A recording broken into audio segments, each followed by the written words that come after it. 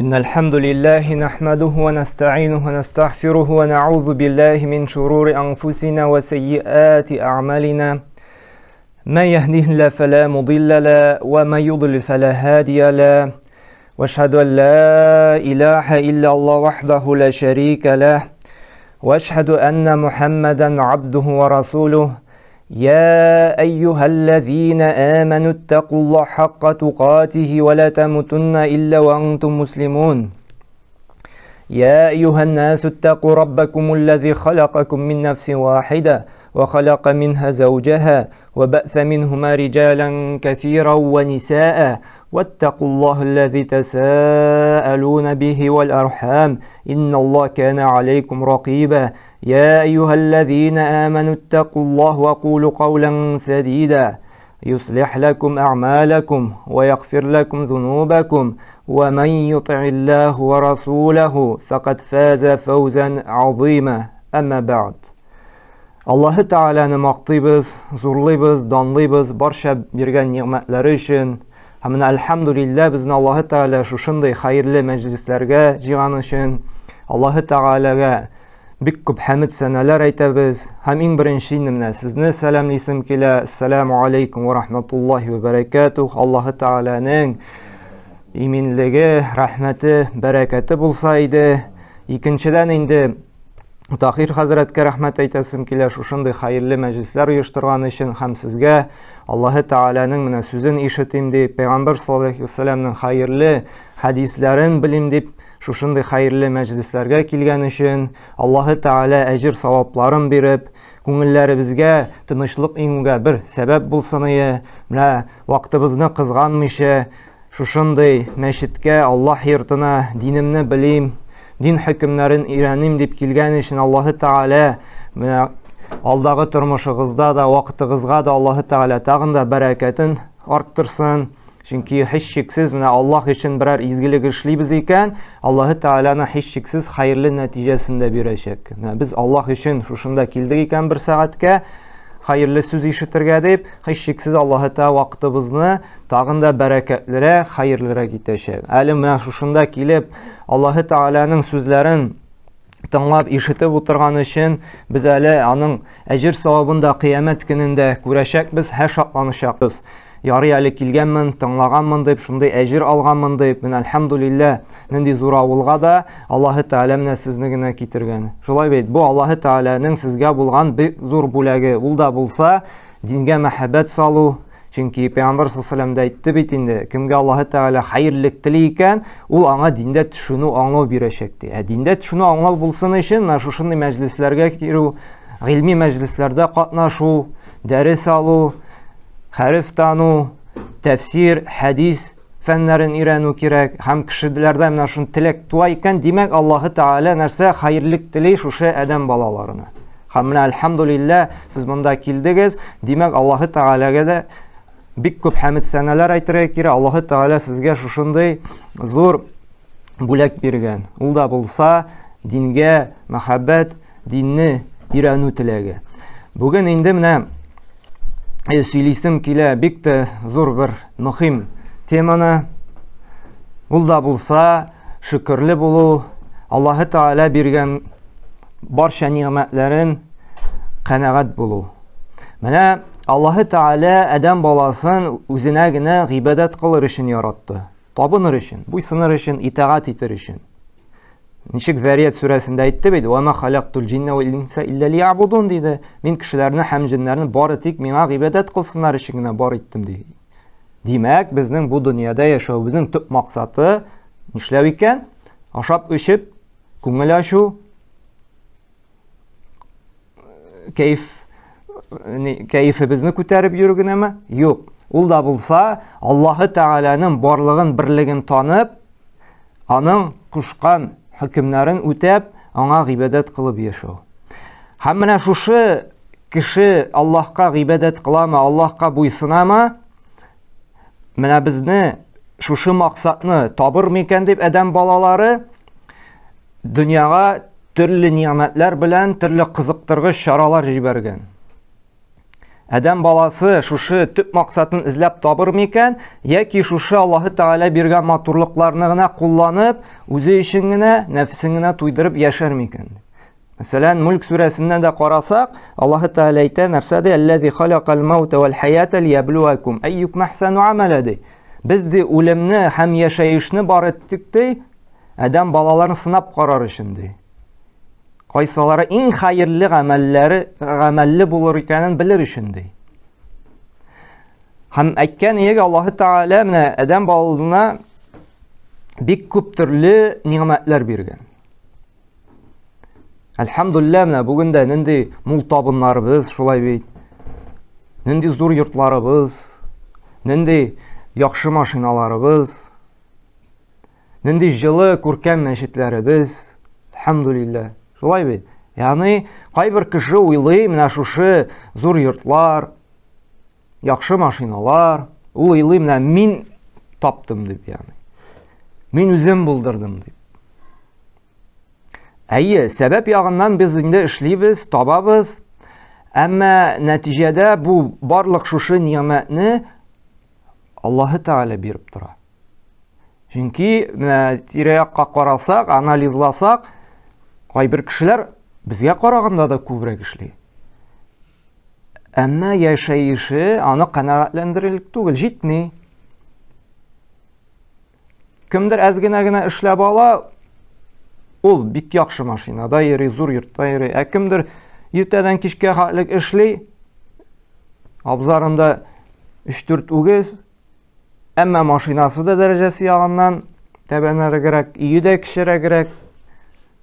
Димәк, эшләүдән генә тормый дигән нәтиҗәгә киләбез. Шулай бит.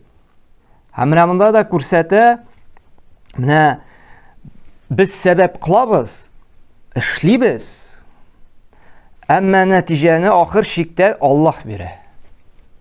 Һәм шуңа да Аллаһы Тәгалә менә Коръәндә күп кенә аятларында әйтә, менә мин дип әйтергә, минләнергә ашкынмагыз ди. Бүтән ниъмәт тә ди, миннән ди, Аллаһы Тәгаләдән ди. Шуңа да менә адәм баласы менә аңа нинди генә ниъмәт килмәсен, иң беренче ул танырга тиеш. Аның гыйлеме өчен, аның сәләте өчен, аның тырышлыгы өчен бирелми, Аллаһның рәхмәте белән. Аллаһы Тәгалә адәм балаларына менә шундый рәхимле, менә шул сәбәпле бирелә. Менә Коръәндә Касас сүрәсе бар. Менә анда 76-нчы аяттан башлана Бәну Исраил кавымында булган бер вакыйга. Бәну Исраил яһүдләр диябез инде, шулай бит инде. Анда Карун исемле бик бай кеше була. Аның байлыгы шуның хәтлек күп була, хәтта аның менә шундый зур сарайларын, байлыкларын ачып кирер өчен 3-4 шундый көчле кешеләр ачкычларын тотып йөри торган булалар. Шушы сарайларына кирип, байлыкларын карап йөри торган була. Һәм Бәну Исраил кавымында тақвалы, иманга килгән, Аллаһы Тәгаләне таныган кешеләр була. Һәм аңа әйтә торган булалар: син шушы байлыгыннан өлеш чыгар факирләргә дә, мискиннәргә дә, ягъни Аллаһ юлында да сарыф ит. Һәм тәкъбирләнмә, бу байлык вакытлыча гына сиңа бирелгән. Бу Аллаһы Тәгаләнең сиңа булган ниъмәте. Һәм нәрсә ди? Шушы Карун Кала иннама утитуhu ala ilmin indi ди. Бу миңа бирелде ди, минем сәләтем, минем гыйлемем сәбәпле ди. Ягъни үзем шушындай гыйлемле булганга күрә мин моны үзем эшләп таптым ди. Ягъни тәкъбирләнә, моның таныйсы килми, шушы байлык аңа Аллаһы Тәгалә тарафыннан бирелгән. Бу әйтә, мин үзем булдырдым ди. Әмма тагын аны үгет насихат кылалар. Аның кардәшләре, дуслары, танышлары тәүбәгә килде. Аллаһы Тәгалә җәзасын бирә битте. Тәкъбирләнә, ничек инде мин шуң хәле мал-мөлкәт булып, кем миңа зыян сала алсын ди. Бүгенге көндә дә шушы кыссаны чагыштырсак, кайбер кеше үсеп китсә, ул да тәкабберләнә башлый. Бөтенсен сатып алам ди. Беркем миңа тия алмый ди. Шулай бит, рәнҗетә кешеләрне, кыерсыта, уйлый, менә мин барысын да булдыра алам дип. Һәм Карун да шулай уйлап йөрде. Һәм нишләде? Аллаһы Тәгаләнең җәзасы килде. Бөтен байлыгы белән, бөтен сарайлары белән җир ачылып, җир йотты. Һәм әйттеләр, моңа ялагайланып йөргән дуслары да нишләделәр? Ах, диделәр. Аллаһның җәзасы килсә дә, беркем дә моны туктата алмый икән. Беркем дә моны тотып кала алмый икән диделәр. Һәм бүген дә күрәбез. Шунда кайбер кеше үсеп китә, дәрәҗә ала, тәкабберләнә, законны боза, тәртип боза. Мин бөтенсен сатып алам, мин бөтенсен дә булдырам, мин бөтен җирдә кеше барды. Һәм шикне чыккач, Аллаһы Тәгалә җибәрә аңа. Я давалап булмаслы бер шир җибәрә. Яки инде конкурентлары берәр русча әйтсәк инде подстава ясап инде утыртып куялар. Ягъни бәрбер ахыры аянычлы бетә. Һәм шуңа да Аллаһы Тәгалә әйтә, менә бу ниъмәт, менә бу байлык, ул сәламәтлек, ул күңел тынычлыгы, гаилә рәхәте, ул Аллаһтан бирелгән ниъмәт. Сез үзегез эшләп алган түгел. Сез сәбәп кыласыз, ахыр шиктә ул сәбәпнең нәтиҗәсе буламы, юк, монсы Аллаһтан. Шуңа да ма асабака мин хасанатин фамин Аллаһ. Нинди генә изгелек, яхшылык сезгә ирешмәсен, ул Аллаһтан. Иң беренче адәм баласы танырга тиеш. Ул шушы Карун шикелле миңа килгән шушы бай мөлкәт, ниндидер дәрәҗә, ниндидер уңыш, ниндидер зур үрләргә менсә, ул тәкабберләнеп мин булдырдым дип әйтергә тиеш түгел. Әйе, мин сәбәбен кылдым, мин тырыштым, әмма моны Аллаһ бирде дип, әлхәмдүлилләh дип теле белән Аллаһны мактарга тиеш. Димәк, шөкер итү нәрсәдән башлана икән? Ниъмәт Аллаһтан булуны тану. Әйе, без әлхәмдүлилләh бик хәзер матур тормышта яшибез. Кеше әйтә, әлхәмдүлилләh дип кайберсе таный да. Әмма безнең шөкер сүз белән генә танып, калып белән генә раслау җитәме? Алимнар әйтте, хакыйкый шөкер итү ди, канагать булу ди, Аллаһы Тәгалә биргән ниъмәтләрдән. Ул өч өлештән тора диделәр. Беренчесе, әйткәнебезчә, күңел белән, калып белән, йөрәгебез белән тану. Аллаһ бирде моны миңа. Үзенең рәхмәте белән. Икенчесе, тел белән Аллаһы Тәгаләне мактау. Әлхәмдүлилләh дип. Иң хәерле Аллаһны мактау, шөкер итү. Ул менә шушы әлхәмдүлилләh дип әйтү. Аллаһ биргән ризыкны ашадык икән, аны ашап бетергәч, шушы ризык, шушы ниъмәт Аллаһтан дип, biz ашап бетергәч, нәрсә дип әйтеп куябыз? Әлхәмдүлилләh. Аллаһка шөкер, Аллаһ биргән ризыкны ашадым дип.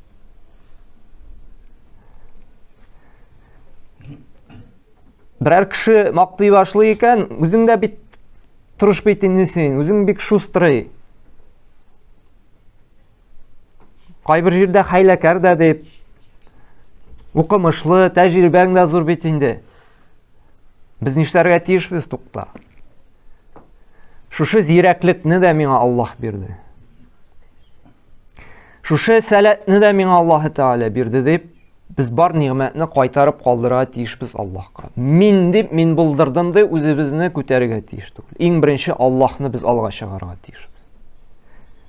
Шул вакытта без шөкер итүчеләрдән шушы биргән сәләткә, шушы биргән һөнәргә, шушы биргән мал-мөлкәткә шөкер итүнең беренче этабын үткән булабыз. Һәм Аллаһы Тәгалә менә күп кенә аятларында шушы шөкерле булырга куша. Вашкуру ли ва ла такфурун. Бакара сүрәсенең 152-нче аятында. Миңа шөкер итегез ди, һәм мин биргән ниғмәткә ди, күфрлек кылмагыз ди, аны инкар итмәгез ди. Ягъни нәрсә дигән сүз?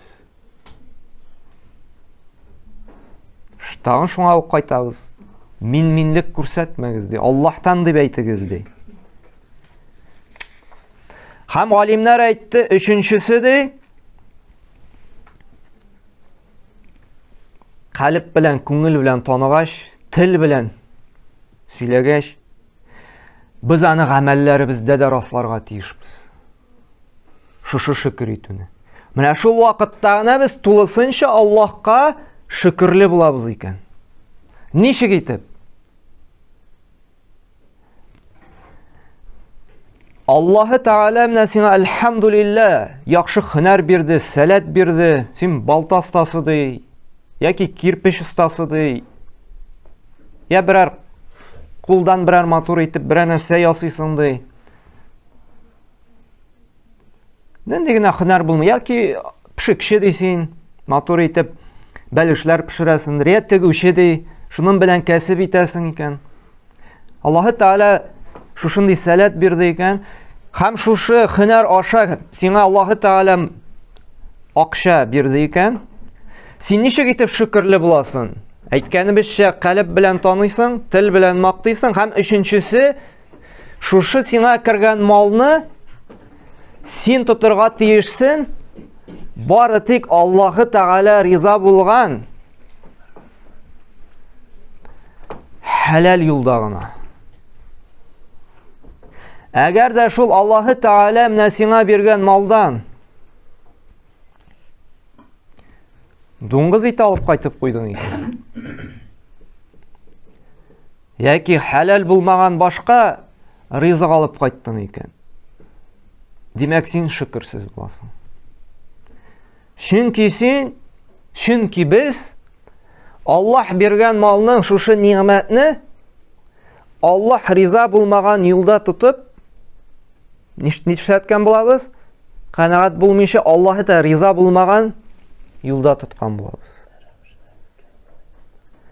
Һәм шуңа күрә галимнәр дә әйтте, менә шөкернең ди иң авыр этабы ди шушы гамәлдә ди. Аллаһы Тәгалә бирде икән сиңа шушы күз ниғмәте, күрә торган. Аның шөкере нәрсә ди? Аллаһ рөхсәт иткән, яраган, хәләл булган җирләргә генә карау. Мәсәлән, шушы күзләр белән Куръан укыйсың, файдалы китаплар укыйсың. Әгәр дә син инде фәхешле, начар нәрсәләргә карыйсың икән, димәк син күз ниғмәтенә шөкер итмәүче буласың. Аллаһы Тәгалә ишетә торган колак бирде икән. Без шушы колакка рәхмәтле булып тыңларга тиешбез, бары тик хәерле сүзләр генә. Әгәр дә без тыңлыйбыз икән, кешене рәнҗетә торган гайбәт, намиме, сүгенү сүзләре, галимнәр әйтте, димәк без шушы ниғмәткә шөкерсез булабыз.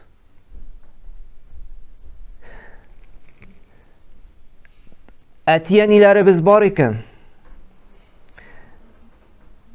Әтиянинең хакын үтибез икән. Әлхәмдүлилләh Раббым, әтиянием исән. Раббым, күпме дустымның әтиянисе синең хузурыңа күчте инде. Менә минеке әле исән дип, Аллаһы Тәгаләгә дугаларыбызда шөкер әйтәбез икән. Һәм кайтып хәлләрен беләбез икән. булышабыз икән, матди яктан тәэмин итеп торырга тырышабыз икән, менә бу була Аллаһ каршында әти-әниебез каршында әти-әниебезнең исән-сау булуына шөкерле булуыбыз. Кызганыч, менә бүгенге көндә балаларыбыз не то что әти-әнигә булышу, алар үпкәләп яталар, әти-әни миңа булышмый дип. 30-40 яхшы шундый зур абзыйлар килә. Андый сорау бирергә оят. Менә ди, абыйларга булышты да әти-әни ит үзергә ди. Миңа булышмыйлар ди. Дөрес түгел бит инде ди. Икенчесе килә. Менә ди, энекәшне яраталар, кайткан саен бензинына салып җибәрәләр ди. Миңа бирмиләр ди. Берсе әйтә, мин абый әниләр белән вообще 2 ел сөйләшмим ди, үпкәләп йөри ди. Миңа булышкан өчен.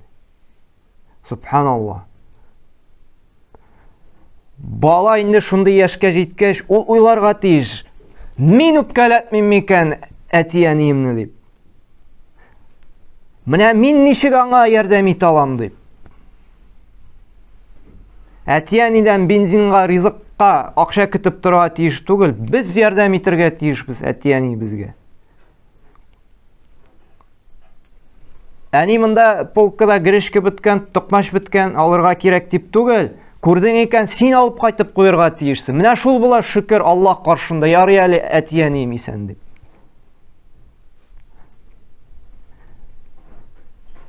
Һәм балаларыбызга ничек шөкерле булабыз?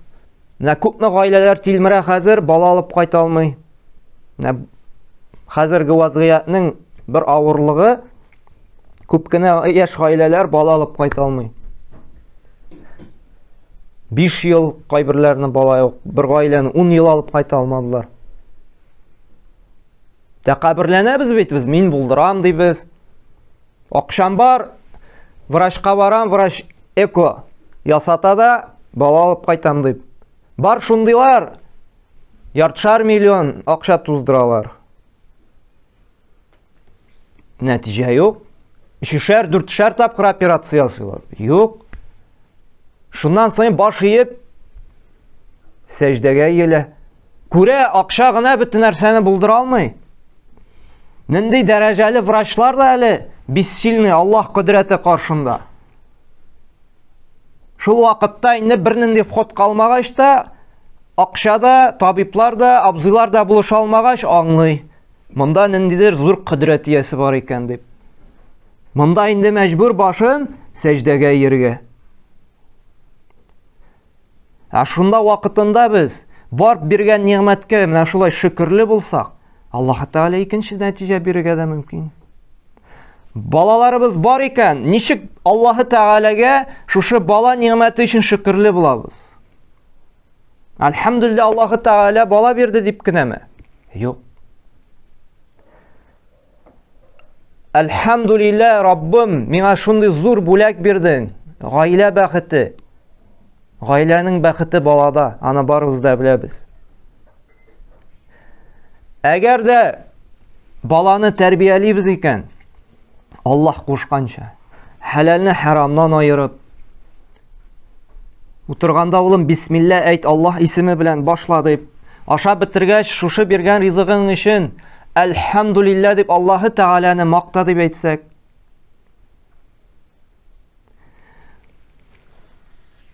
нинди генә авырлыкка очрасаң да, балам, иң беренче Аллаһтан ялвар дип, берәр эш эшләргә уйласаң, экзаменга керер алдына Аллаһка тәвәккәллә улым, үз акылыңа гына, үз гыйлемеңә генә түгел. Менә шулай Аллаһ Тәгалә белән күңелен бәйләп, хәләл генә ризыклар ашатып, Аллаһ Тәгаләнең зикр дугаларын өйрәтеп, тәрбиялибез икән. Менә без шөкер иткән булабыз Аллаһ Тәгаләгә шушы бала ниъмәте өчен. Әгәр дә инде без гафиллектә булабыз икән, ярый анда нинди тәрбия алса да, иң мөһиме укып бетерсен дә эшкә керсен, рухи яктан тәрбияләмибез икән. Димәк, без шөкерсез булабыз. Шуңа да менә Аллаһ Субхану ва Тааля әйтә, кызганыч менә тирә-якка карасак, менә хакыйкый шөкер итүчеләр менә без Һәм Аллаһ Тааля 14 гасыр элек инде Коръәнне иңдергәндә нәрсә дигән? Ва қалилум мин ибади шакур ди. Минем кулларым арасында менә шундый шөкер итүчеләр бик әз булыр ди. Карагыз, 14 гасыр элек Аллаһ Тааля инде хәбәр иткән. Без Аллаһның биргән ниғмәтләрен алабыз. Аллаһның һавасын сулыйбыз. Аллаһ биргән татлы суларны эчәбез. Аллаһ Тааляның җиреннән йөрибез. Аллаһ Тааляның җиренә орлыклар чәчеп, бер бәрәңгедән 10 бәрәңге алып, җылы матур җәйләрдә нинди тәмле җиләкләр җыябыз, ашыйбыз. Гөмбәләр җыеп ашыйбыз. Аллаһ Тааля биргән шушы ниғмәтне кулланабыз. Әлхәмдүлилләһ дибез. Әмма гамәлебезгә килгәндә шөкер итүнең иң авыры без инде кызганыч нишлибез, тулысынча аңа рәхмәтле булып бетмибез. Хәләлне харамнан айырмыйбыз, ярый безгә дибез. Нинди дә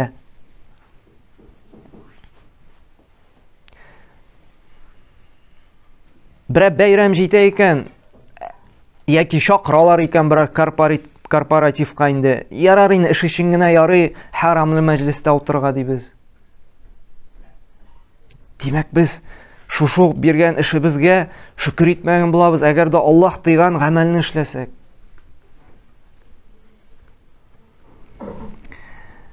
Һәм менә бу шөкер итү, канәгать булу, калб ашада сүз белән әйтеп тә, һәм шушы гамәлләрдә дә ул бары тик файдасы безгә генә.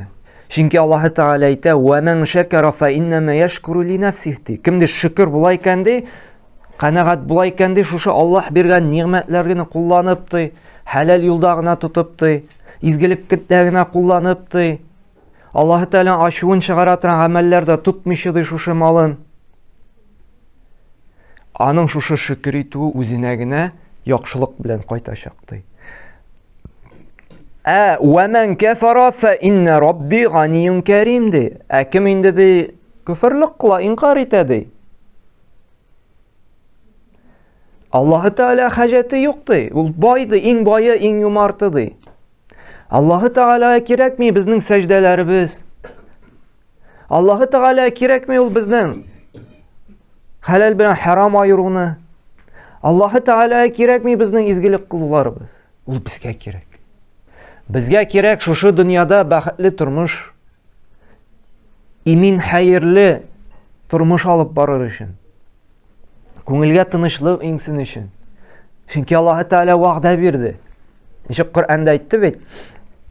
Кемдә Аллаһка иман китереп, ират булсынмы, хатын-кыз булсынмы, Аллаһка иман китереп ди, изге хәерле гамәлләр кыла икән ди, без аларны иң хәерле тормышта яшәтәчәкбез ди.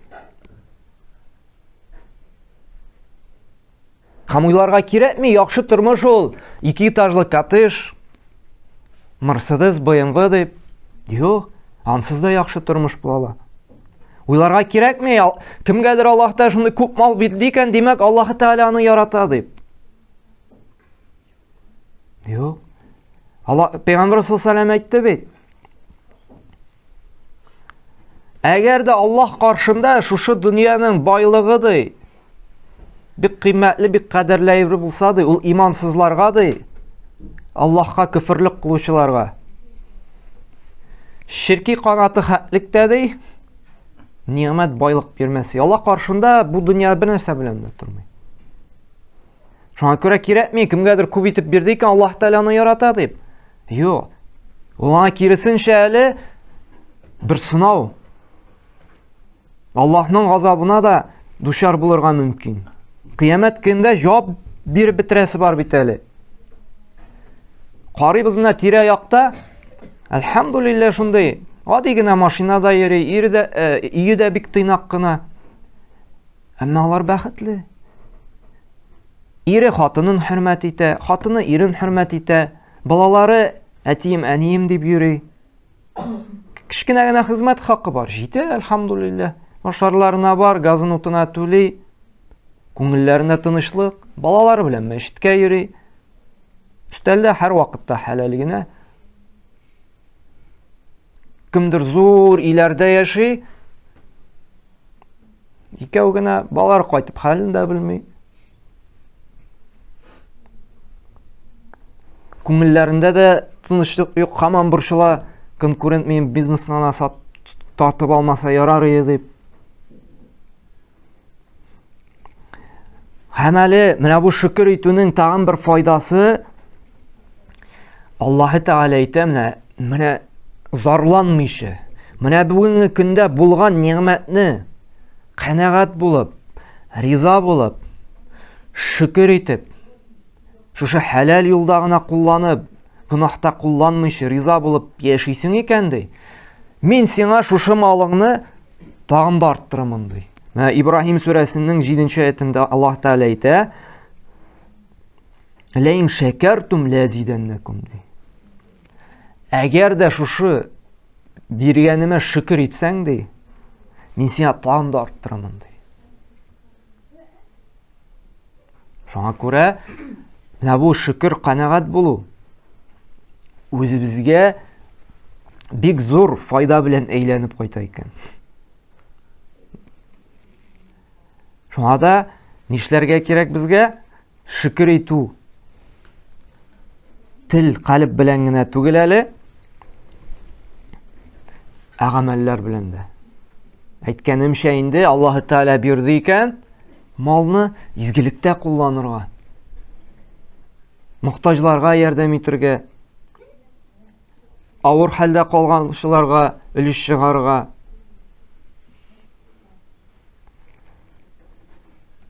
Әгәр дә туганыбыз берәр проблемага юлыкты икән, аңа ярдәм итүдә. Һәм шушы сәламәтлегебезгә шөкер итү, ул да булса рукук сәҗдәләргә төшү, Рамазан аенда ураза тоту, менә шушы була безнең сәламәтлегебезгә шөкер итү. Әгәр дә Аллаһ биргән сәламәтлек белән без Аллаһ кушкан гамәлләрне үтәбез икән, шу маңгайларыбызны сәҗдәгә куймыйбыз икән, Рамазан аенда ураза тотмыйбыз икән, димәк без шушы тәнебездән, сәламәтлегебездән Аллаһы Тәгалә каршында шөкер итмәгән булабыз. Һәм Аллаһ Субханаһу ва Тәгалә нәрсә ди? Вашкуру лиллаһи ин кунтум ияһу таъбудун. Әгәр дә Аллаһы Тәгаләгә гыйбадәт кылучы, Аллаһы Тәгаләне танучы, Аллаһы Тәгаләгә буйсынучы булсагыз ди, аңа шөкер итегез ди. Һәм шулай ук тел мәсьәләсе. Әгәр дә менә сөйләшә алабыз икән, әлхәмдүлилләһ, камил рәвештә, матур итеп, хәерле сүзләр генә әйтәбез икән, әлхәмдүлилләһ, без шөкер иткән булабыз шушы тел ниъмәте өчен. Әгәр дә телебездә начар, бузык, гайбәт сүгенү сүзләр чыга икән, димәк без тел әгъзасы өчен шөкер итмәгән булабыз. Һәм шулай әле безнең шөкер бар, кемнәргә карата?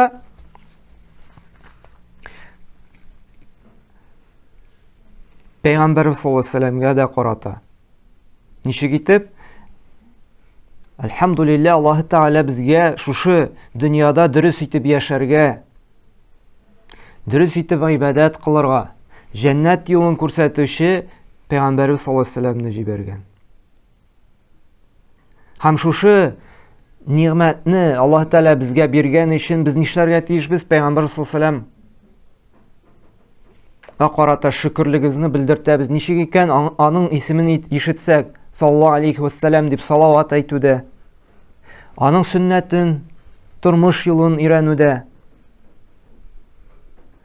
Һәм шулай әле галимнәр әйтә, менә безнең сахабаларыбыз бар. Алар каршында да безгә динне ирештергән өчен без дә алар каршында рәхмәтле булырга тиешбез. Чөнки сахабалар Пәйгамбәр саллаллаһу кардәшләре диек, дуслары безгә ирештерде шушы динне. Без алар каршында да әле рәхмәтле булырга тиешбез икән. Ничек итеп? Аларга дугалар кылу, аларның дәрәҗәләрен төшермәү. Шулай ук аларны тормышыбызда үрнәк итеп алу, ничек итеп алар муамәлә кылганнар, нинди әдәп әхлакка ия булганнар. Шуларны үзебездә булдырып, шулай итеп без алар каршында Аллаһы Тәгаләгә шушындый сахабаларыбыз безгә дини ирештергән өчен шөкерле буласыбыз килсә, шул алда санап киткән әмәлләрне без үтәргә тиешбез. Һәм менә әйткәнемчә, Аллаһы Тәгаләнең һәм менә Духа сүрәсендә дә бар ич. Аллаһы Тәгалә биргән ниъмәтләре турында да һәр вакытта да сөйләп торыгыз ди. Менә әлхәмдүлилләh, шөкер итүнең, менә бу риза булуның тагын бер нәрсәсе ул да булса, һәр вакытта да искә төшереп торырга. Бигрәк тә менә балаларыбызга карагыз, менә күпме агачлар, чәчәкләр, менә кыш көннәрендә ничек итеп карлар җемелдәп тора. Бу барысы да Аллаһы Тәгалә ниъмәте, Аллаһы Тәгаләнең матурлыгы. Карагыз, диңгезләрдә нинди балыклар бар, төрле төсле. Булар барысы да Аллаһы Тәгаләнеке. Ягъни Куръанда да Аллаһы Тәгалә шуңа әйтә, менә тирә-якка карап, тирә-якның матурлыгын, гүзәллеген дә фикерләп ди. Аллаһы Тәгалә хәмд сәнәләр әйтегез ди, мактагыз ди Аллаһы Тәгаләне. Менә тел белән әйткәндә җиңел, калб аша да чыгарга җиңел. Иман әһелләренә диек инде. Әмма менә тормышта аны куллану монсы бик читен. Шуңа да Аллаһы Тәгаләдән безгә һәр вакытта да ярдәм сорарга кирәк. Әгәр дә Аллаһы Тәгалә ярдәм итми икән безгә, biz şükürlü bulmayız. Şu an soruyor, ey Rabbim, ne hakiki şükrana kılırga yazsını yesine deyip. Söz bilen gine tugul əmelde de.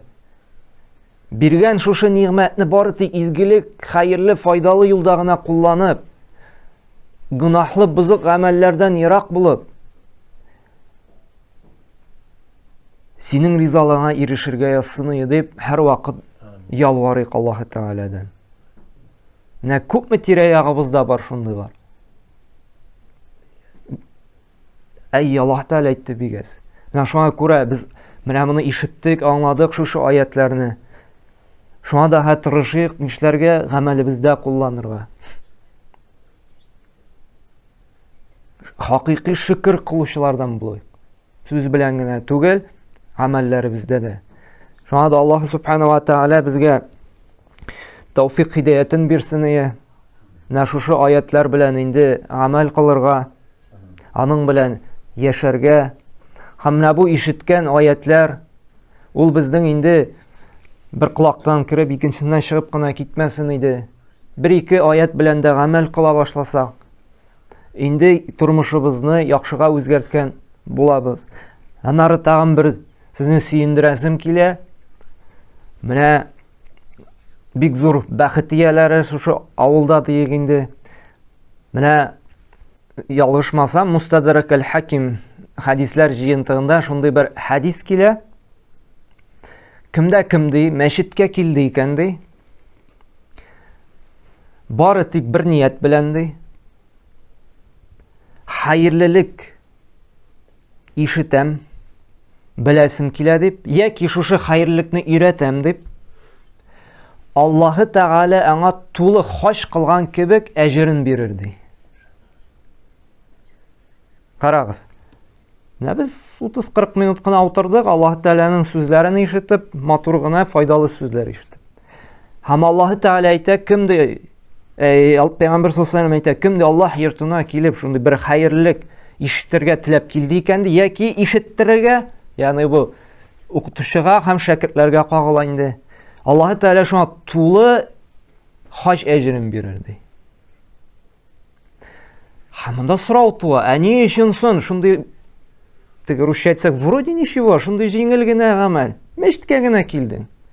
Ничек шундый зур әҗр соң? Чөнки менә карагыз, ничә генә кеше килгән, шулай бит?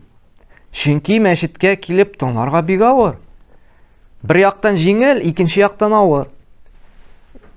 Җылы, йомшак диванны калдырасы килми, шулай бит инде.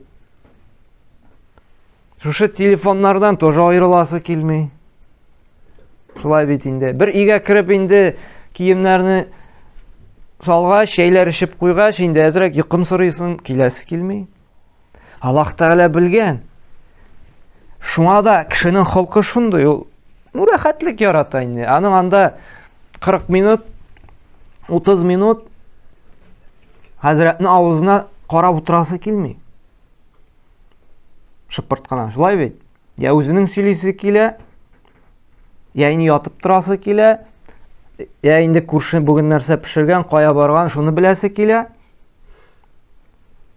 Аңа менә монда килеп, хәерле сүз ишетү бик авыр адәм баласына.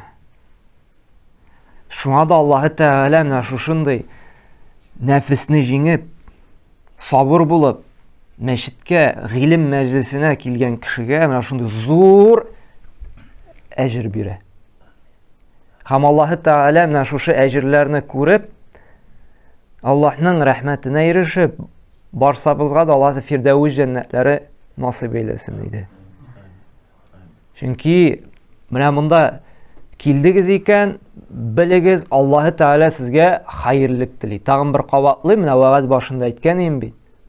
Чөнки менә күршегездә кайберәүләрегезнең килмәгәндер, классташыгыз да килмәгәндер. Шулай бит, кайбер туганнарыгыз да килмәгәндер. Әмма Аллаһ Тәгалә менә шушы авылда менә сезне сайлап китергән. Димәк, Аллаһ Тәгалә сезгә шушындый зур ниъмәт биргән.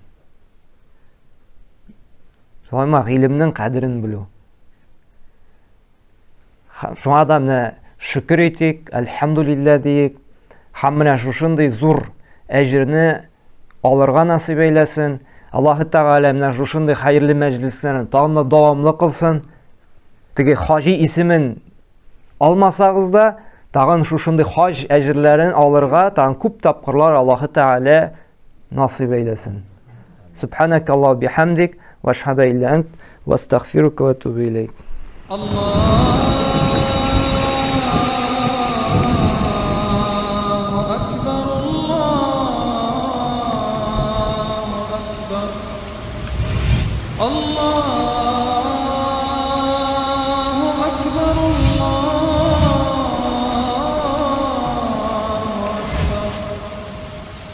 أشهد أن لا إله إلا الله أشهد أن لا إله إلا الله أشهد أن محمدًا رسول